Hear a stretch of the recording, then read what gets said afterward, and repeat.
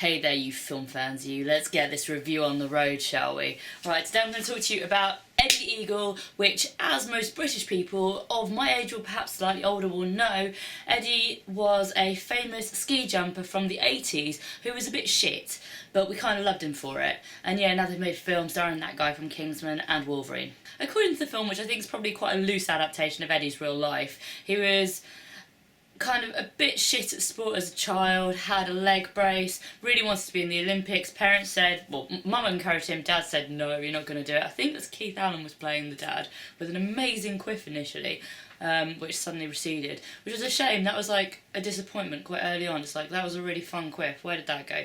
Anyway, yeah, not very supportive dad.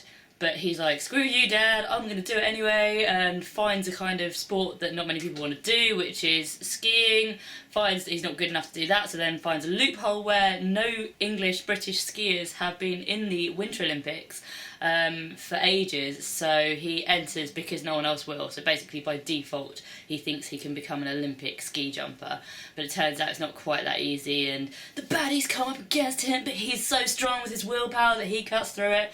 You know where this is going, right? So yeah, most British people probably kind of know where this is going. American people probably don't care too much at the time, so might get a bit more of a surprise. I guess if I was being a flippant dick, then I would say that it was Billy Elliot on skis. My friend who I was with in the cinema immediately just said Karate Kid on ice. It's a familiar format. You're not going to get anything particularly surprise you with this. But hey, there's nothing wrong. If a story's not broken, tell it again. Why not? Us Brits, we bloody love a good underdog, particularly if it's in a heartwarming sporting film. And the film knows it's not doing anything particularly new. There's even a joke in there about the Jamaican bobsled team, who did in fact make their debut the same year at the Winter Olympics that Eddie the Eagle performed his great ski jump. Taron Egerton, yeah, I personally didn't see Legend. He was apparently very good in that. I haven't seen him since Kingsman. I really enjoyed Kingsman, except for the last few minutes. Not quite sure why he's got a West Country accent, because he's clearly from London, but hey, we can move on with that. If you're a Trailer Park Boys fan, like me, then you might feel like you've seen someone acting a little bit that way before. Initially, he lays it on a bit thick, you kind of get used to that and move on, and I was definitely rooting for him in the end, so he obviously won me over. The character of Eddie is incredibly childlike, which I guess makes him more likeable to all age ranges. Hugh Jackman's in the film, which I kind of forgot until he turned up. And he's basically playing Jean-Claude Van Damme in the Coors Light commercials.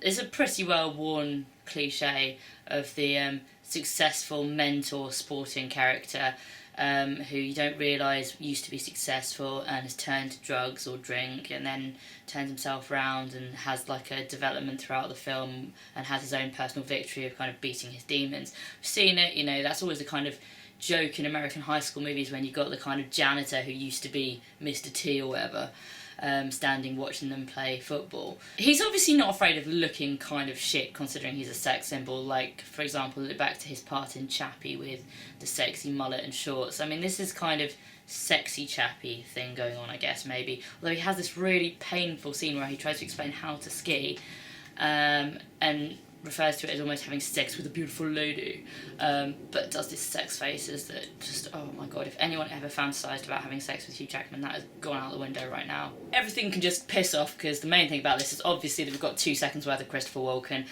which, you know, what film are we watching? Don't care, Christopher Walken's in it. Thumbs up, I'm sold. Christopher Walken in a winter wonderland. I also think props should go to Tim McInnery. He was very good as the baddie, the big bad Olympic guy who's like, no, you cannot compete. He was really evil. He did make me get across. He's really good at doing that kind of smarmy, smug arsehole thing. That seems to be his main shtick. Also shout out to the arsehole Scandinavian characters who were really funny. There was a great scene in a steam room and the guy in the background was just hilarious. Like, he was upstaging all the main cast by just being brilliant comedy timing. Hilarious. Okay, critically, not going to win any awards just like Eddie, but at the same time I'd be lying through my teeth if I didn't say that I really enjoyed this film. It was really good fun. At the end I kind of knew what was going to happen, but I was clenching my fists like, come on, you're gonna do this! Surely that's a success. We know the storyline, hopeless optimism, just keep going until you get somewhere. You know, look, I've got 41 subscribers on this channel and it's not bloody going up. I can sympathise with that message of continuing against Towering odds. Come on guys, more subscribers. Little hint there. British people, we love to support underdogs, but I don't know if Americans are quite that way inclined, so it'll be interesting to see how it plays over the pond. But hey, what did you guys think? Let me know in the comments. Don't forget to subscribe to my channel. I might have mentioned it, I can't remember, but yeah, subscribe to my channel and have a fabulous week, guys. Love you! Not if you, I don't like you if you don't subscribe, but you, I love you. You are my fave.